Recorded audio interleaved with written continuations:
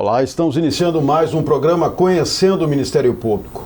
Um mutirão em Porto Alegre trabalhou em mais de 360 casos de violência doméstica. O Ministério Público participou de audiências envolvendo pedidos de medidas protetivas de mulheres em risco dentro da Semana Nacional da Justiça pela Paz em Casa. O Ministério Público Gaúcho também organizou painel sobre o enfrentamento à violência contra a mulher. O evento integrou a campanha mundial 16 dias de ativismo pelo fim da violência. Para abordar o tema, convidamos os promotores de justiça, Marcelo Riz, que atua perante os juizados da violência doméstica e familiar contra a mulher, e Ivana Bataglin, que atua na área dos direitos humanos. Senhores, quero dizer que é um prazer tê-los aqui conosco no programa. Eu vou iniciar com o Dr. Marcelo Riz. Como a promotoria enfrentou esse desafio e qual a estrutura disponibilizada para as audiências? Bom, nós fizemos essa terceira semana, né, da Justiça pela Paz em Casa. Nós tivemos uma semana em março, em comemoração ao Dia Internacional da Mulher, depois outra em agosto e agora a terceira semana, fazendo parte de uma campanha capitaneada pelo STF, pela ministra Carmen Lúcia, em que todo o sistema de justiça, Ministério Público, Justiça, Defensoria Pública, participaram junto com a polícia e outros órgãos que compõem o sistema de justiça, para chamar a atenção desse problema da violência doméstica e familiar contra a mulher. Então, nessas 3 semanas, há uma concentração de casos, de julgamento de casos de violência doméstica envolvendo violência contra a mulher, e isso também facilita que a sociedade tenha uma atenção voltada a esse problema que é grave e que também reflete nessa violência que temos hoje nas ruas, né, que começa ali dentro de casa, nessa violência que as crianças assistem, né, a mulher sofrer pelo seu companheiro, pelos pais desses filhos. Então, nós enfrentamos essa situação como Ministério Público e em Porto Alegre, através da atuação dos 2 juizados da violência doméstica. Eu atuando no primeiro juizado, onde tivemos mais de 200 audiências, e também o segundo juizado com a colega Adriana Cruz da Silva, e também cerca de 200 audiências, e outros 2 colegas nos julgamentos dos processos criminais envolvendo crimes contra mulheres. Nós atuamos especialmente nos casos de medidas protetivas de urgência em favor das mulheres, ou seja, aquela situação em que a mulher precisa de uma ajuda para que se evite, né, crimes mais graves, se evitem, inclusive, casos de feminicídio. Então, essa foi a estrutura do Ministério Público, mas também tivemos uma atuação em todo o estado do Rio Grande do Sul.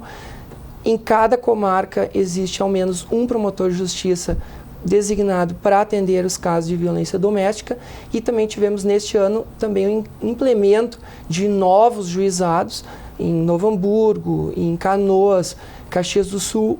Há uma estruturação um pouco melhor nessa área de violência doméstica, mas que ainda há necessidade de o Tribunal de Justiça e o próprio Ministério Público e a Defensoria Pública estruturarem-se melhor para fazer frente a esse grave problema social, né, que aflige as mulheres. Ok, doutora Ivana, há muito tempo a promotora atua no combate à violência doméstica, inclusive em nível nacional.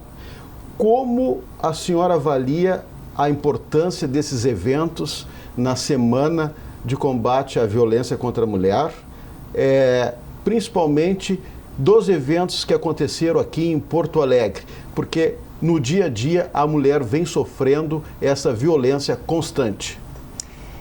Assim, o assunto da violência doméstica contra a mulher, por muitos anos, foi um assunto privado. Era algo de família, que acontecia entre 4 paredes, em briga de marido e mulher não se mete a colher.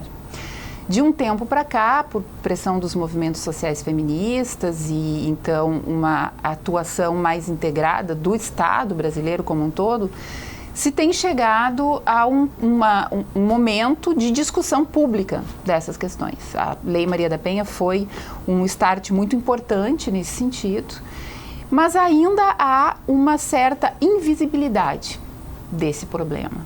E a ministra Carmen Lúcia, com uma sensibilidade impressionante, ela teve a ideia de criar essa Semana pela Paz em Casa, que, como disse o colega Marcelo, reúne todos os componentes, né, do sistema de justiça, para que nessas semanas específicas atuem de forma mais intensa para dar essa visibilidade. Porque em todos os dias do ano, os promotores, os juízes, os defensores trabalham com a matéria, né? Cotidianamente, com os processos, fazendo atendimento das vítimas, promovendo eventos e capacitações, mas a importância dessa semana é no sentido de condensar ali diversas ações para chamar a atenção da sociedade.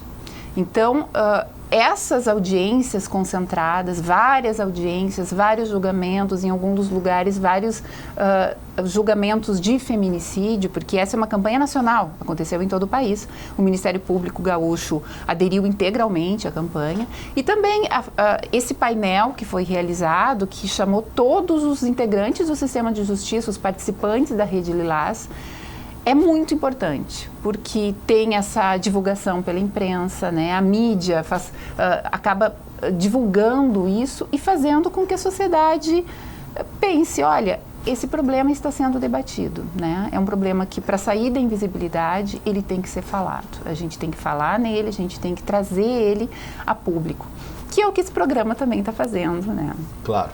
Doutor Marcelo, para esclarecer os telespectadores, essas mulheres vítimas que pediram medidas protetivas, elas foram obrigadas a participar das audiências?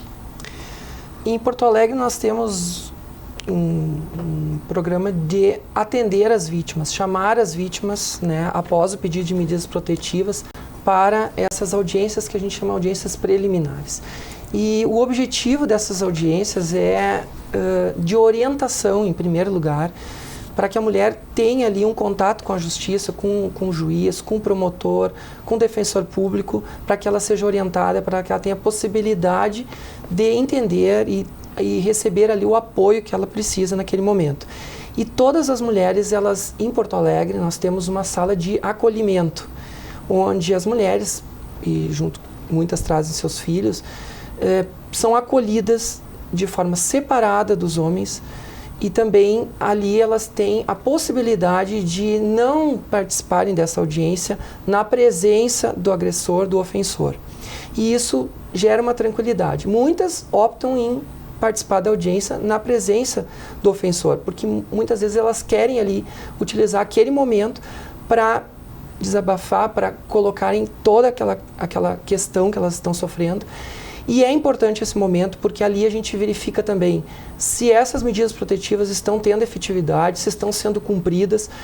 Nós alertamos e advertimos os ofensores das consequências do descumprimento dessas medidas protetivas, da forma como essas medidas protetivas hoje estão também inseridas no sistema de acesso à brigada militar, ou seja, para que a vítima, se estiver em situação de risco de descumprimento de medidas protetivas, possa chamar a brigada já com a informação de que ela tem uma medida protetiva a seu favor.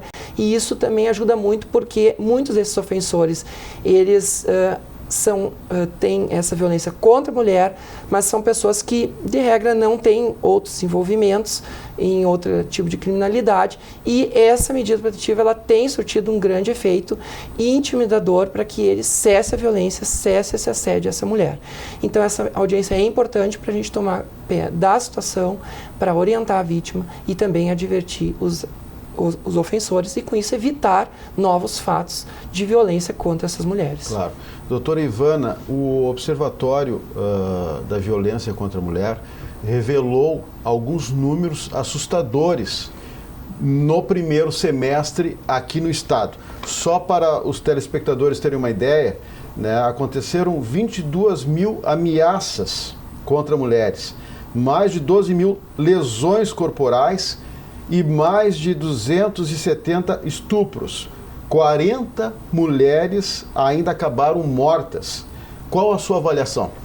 Bom, em relação às estatísticas, excetuando-se os feminicídios, que são números absolutos, porque entram também pela saúde, né? nós temos que sempre verificar essa questão dos números, considerando-se a cifra negra. Às vezes o aumento do número de registros de ameaça ou lesão não significa necessariamente o aumento do número de casos, mas pode sim significar o aumento da coragem que as mulheres têm de denunciar. Então, é algo que, para se ter uma ideia, precisa-se de uma pesquisa nesse sentido. Então, isso pode ser positivo ou pode ser negativo. Mas agora, em relação aos feminicídios, isso sim, né? Se tem uma noção clara de que nós estamos muito mal. Porque se em 2010 o Brasil estava em 12º lugar no ranking mundial de feminicídios, em 2012 nós fomos para 7º lugar. E agora, em 2015, nós estamos em 5º lugar no ranking mundial, que é uma posição negativa, porque é dos países que mais matam as suas mulheres. 13 mulheres morrem por dia no Brasil, assassinadas pelos seus companheiros, ex-companheiros, maridos ou homens, namorados ou homens que por elas foram rejeitados. Então, a necessidade de uma atuação desde o crime de ameaça é fundamental, porque um homicídio não é um fato isolado na vida daquele agressor com aquela mulher. Assim como um tapa, um soco não é um fato isolado. A violência física, ela só existe depois que acontece a violência psicológica. Mas a violência psicológica, além de ela ser invisível, ela é de difícil percepção, não só pela sociedade, mas também pela vítima. A vítima, ela só se sente vítima quando ela apanha, quando ela tem um soco, um tapa, um empurrão. Antes disso, toda aquela violência psicológica, que é o que vai minando a resistência dela para resistir no momento da violência física, ela não entende como violência, ela não se sente vítima.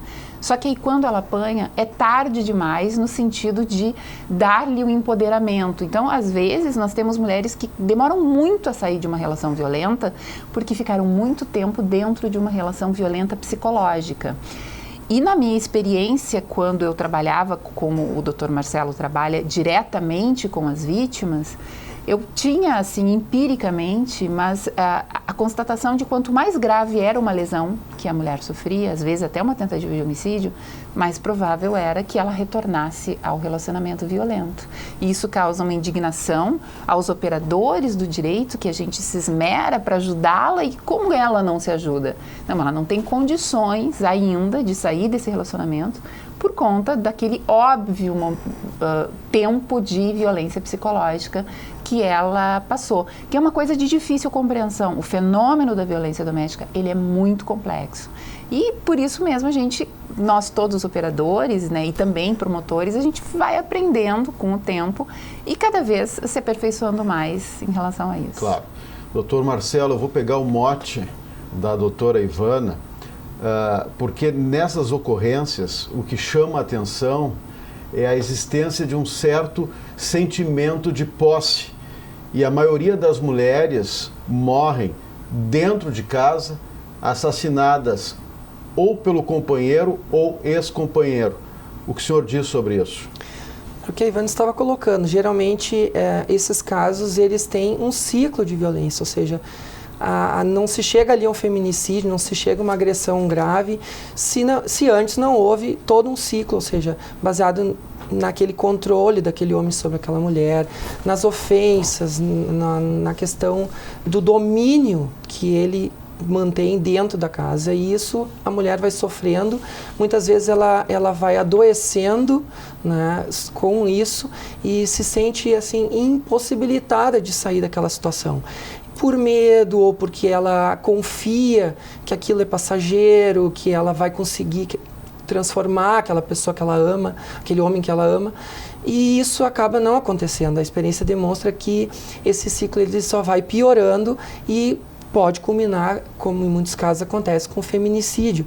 E a gente que lida, que trabalha com isso, a gente tem que entender essa situação toda desse ciclo, desse medo, dessa cultura que a mulher é responsável pelo fim do relacionamento, que ela deve preservar a família, que ela deve lutar para que os filhos sejam criados junto com o homem e a mulher. Ou seja, esse ciclo todo ela se sente impotente e cabe a nós auxiliarmos ela e repetirmos esse auxílio se ela voltar, né, para casa e resolver continuar aquela relação. Então é importante que se trabalhe em rede, que se trabalhe com encaminhamento dessas mulheres para grupos de apoio, para questão de saúde mental, porque é necessário que se faça isso, a fim de que a mulher, há algum tempo então, consiga se desvencilhar daquela reação doentia, daquela relação de dominação. E o que se vê também é que quando a mulher toma coragem e começa a tomar os passos para romper essa relação, muitas vezes a violência aumenta, porque esse homem não aceita, né, que ele deixou de ser o dono, deixou de ter a posse daquela mulher. E começa a assediá-la, começa a persegui-la no trabalho, começa a persegui-la através dos amigos, da família, e com ações cada vez mais agressivas, e por isso a importância do monitoramento da situação quando se tem medidas protetivas e se dar importância para pequenos atos, como aquele do homem que fica seguindo a mulher pela rua. Ou seja, a gente tem que orientar a mulher de que isso é perigoso, de que pode estar no limiar ali de uma lesão grave ou de um feminicídio. A promotora entende que ainda vivemos numa sociedade machista onde a mulher não é valorizada como deve ser? Sim, a gente vem ao longo dos milênios, né, numa sociedade ocidental patriarcal. E, na verdade, é isso que é um dos motivos pelo qual existe a violência de gênero, né? Porque não há igualdade de gênero. Nós vivemos numa sociedade em que tudo que é masculino tem mais valor.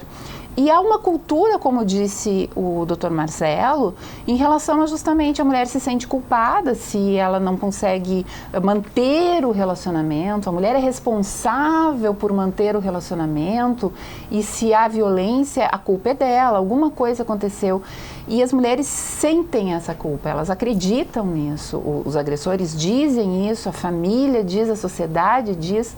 Então, é como eu disse antes, é um fenômeno muito complexo, mas que necessariamente passa pela discussão dessa desigualdade de gênero, que ela atua em todas as esferas.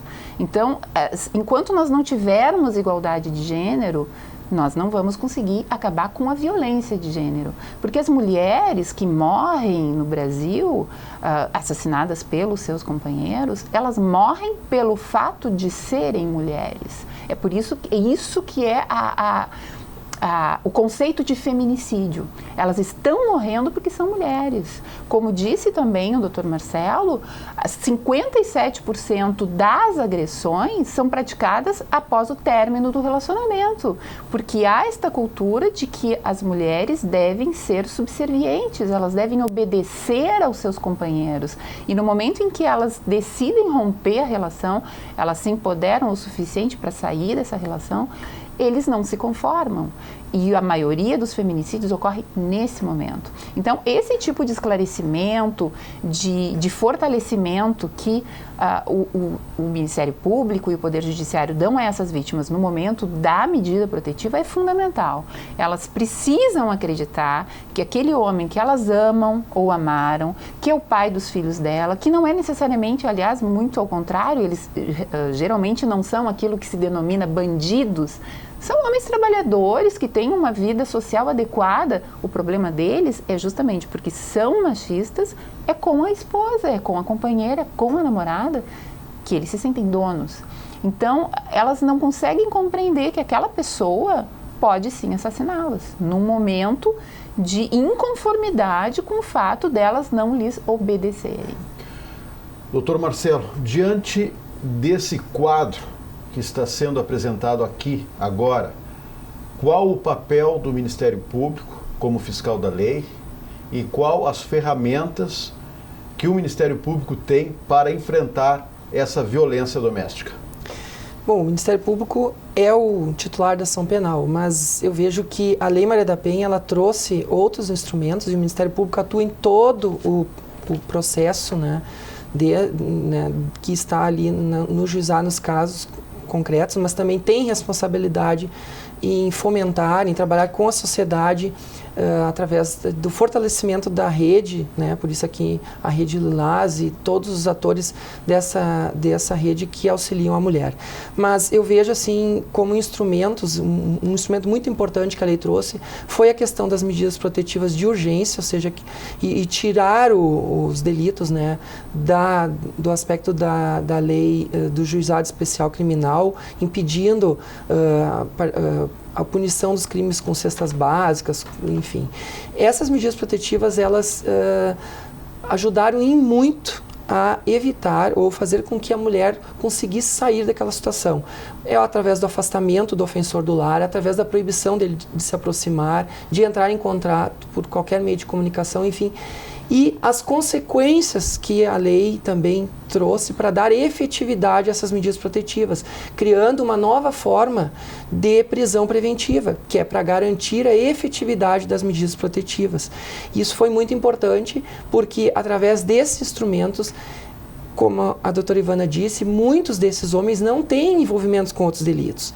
Outros têm, mas a maioria não. São pessoas trabalhadoras que têm o seu problema com a posse da mulher. Mas eles têm medo e muitos acabam temendo uma prisão, e essas prisões acabam acontecendo também, e evitando novos casos.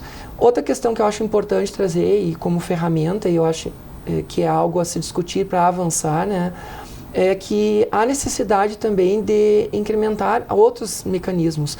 A própria desobediência das medidas protetivas hoje, né, a necessidade da criação de uma lei para tratar como crime essa desobediência às medidas protetivas, para dar maior rigor. Também a questão da criação de um delito com penas mais graves, por exemplo, para o assédio, né? Essa perseguição que a mulher sofre após o término do relacionamento, da pessoa ficar perseguindo, de ir atrás da família, dos amigos, de infernizar a mulher, que hoje é uma perturbação da tranquilidade, mas que a gente sabe que é muito mais grave e, como eu disse, pode levar a um feminicídio, a um crime de lesão corporal.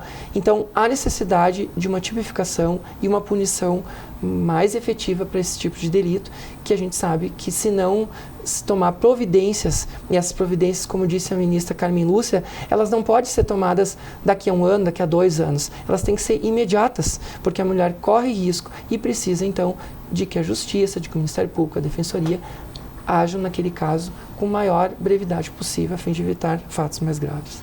Doutora Ivana, rapidamente, esses dias eu vi uma entrevista da Maria da Penha, que deu origem à lei. Ela disse que as mulheres vítimas estão mais conscientes do que está acontecendo, mas que os gestores, as instituições têm que trabalharem mais forte para que a lei saia do papel. E disse mais, que principalmente o Ministério Público, como fiscal da lei, tem que entrar mais nos municípios menores para combater essa violência que acontece no dia a dia. O que a senhora acha disso? A Lei Maria da Penha prevê a formação de uma rede, prevê uma atuação completamente articulada entre todos os órgãos ligados à Justiça, mas não só os órgãos ligados à Justiça, mas também a rede de atendimento a essa mulher. Isso tudo está previsto. A Lei Maria da Penha é a terceira melhor lei do mundo, perdendo só para a Espanha e Chile, no sentido de que ela é completa. Ela precisa ser implementada. E a maior dificuldade de implementação é justamente dos seus operadores. Por isso que é preciso discutir, é preciso capacitar, porque se não houver uma rede integrada para onde encaminhar esta mulher, para onde encaminhar o agressor, conforme está previsto na Lei Maria da Penha, condenar o agressor não vai adiantar. Na verdade, o que se busca, ao contrário de toda aquela visão punitivista do direito penal como um todo, a Lei Maria da Penha é diferente. O que nós queremos, promotores, é cessar a violência. Se talvez para cessar a violência precise necessariamente de uma condenação, iremos buscar sempre, aliás, isso é o papel do MP, mas nós precisamos agir em rede. E o Ministério Público tem esse dever de buscar a implementação de políticas públicas, sim. Ok. Meio minutinho, doutor Marcelo, suas considerações finais. Eu acho que essa semana ela traz, a Semana Nacional da Justiça pela Paz em Casa, traz exatamente aquilo que a ministra Carmen Lúcia disse, ou seja, nós vivemos hoje numa sociedade machista, vivemos a tempo e as mulheres conquistaram vários direitos há pouco tempo, ou seja, temos muito que avançar e a Lei Maria da Penha ela precisa ser implantada em todos os municípios, em todas as áreas, com trabalho em rede.